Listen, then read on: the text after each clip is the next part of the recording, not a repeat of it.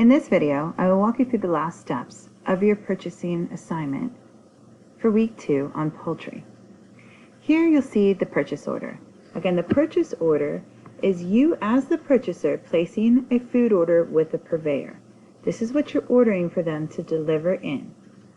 So the first thing we need to do is determine what items we need to include. Going back to our requisition, here are the items that are needed. Again, we did our inventory and have nothing in-house. So all of these items are going to need to be copy and pasted right onto our food order. I have now pasted all of the items from the requisition onto our purchase order. I have also recorded the Cisco UPC codes to what I have specified as the case I'm going to be getting. My next step then will be include the case size and original case cost. I'm going to get this information from above on the first worksheet. Here I can take my case size and I can take my case cost and copy and paste into the sections provided. Here I have recorded all the information. Now my next step is to determine how many cases I need to order. I'll need to find the information on the requisition to see how much is needed, as this is 20 pounds here for the boneless, skinless chicken breasts. On the requisition, 40 pounds was ordered. Each case we purchase is 20 pounds. Therefore, I need to purchase 2 cases. 2 cases times my $81.25 gives me my estimated cost that will come in on my invoice of $162.50. Let's look at the chicken thigh boneless skin on raw as another example.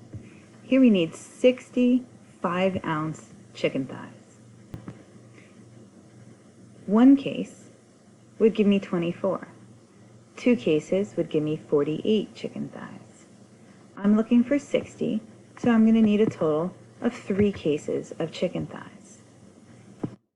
Now, regardless to the fact that that's giving me 72 chicken thighs, again, on the requisition above, they're only asking for 60. So that cost represented 60 chicken thighs.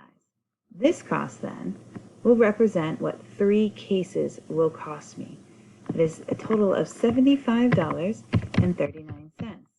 I took the 3 cases times the price per case. This document involves what we actually call the purchasing decision. Again, you've already decided now which products you're bringing in, but now you need to determine how many you need. You're totaling this cost up so you have an idea as to what you can expect your invoice total to be. Then on the last page, again as a bonus, you may continue on to determine what products will be left over that you can now add to your inventory. Here again, I will list all of the items with that UPC code. I will also list the original case size and cost so that I have that information recorded. In regards to the units in inventory and the estimated value, this is where those chicken thighs will come into play. Here I have recorded the information for the chicken thighs. I have my code number, original case size, as well as my case cost. Now I did carry over from that original document on the first page that I priced out each chicken thigh to be $1.05. The units in inventory, I have 12 thighs left over. I could write that as half a case.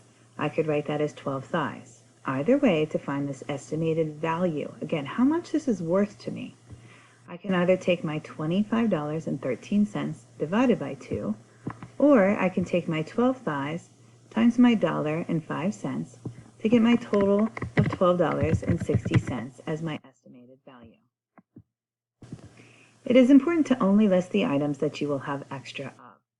Those first 6-ounce chicken breasts that we talked about, we ordered 2 cases, but we needed 2 cases, and we're issuing out 2 cases, meaning we will have none to add to inventory. There's no need to list it here. These are just the items that we will have left over that are going into our main central storeroom. Then at the bottom, totaling up all of the inventory values here will show us how much value is being added to our inventory. In other words, you should be able to take the purchase order cost minus the requisition cost and get your total value added to inventory. Now, by all means, I would not just do this calculation and add this here. Add up all of these items together, enter in what your value is, and then as a reference, go back and check.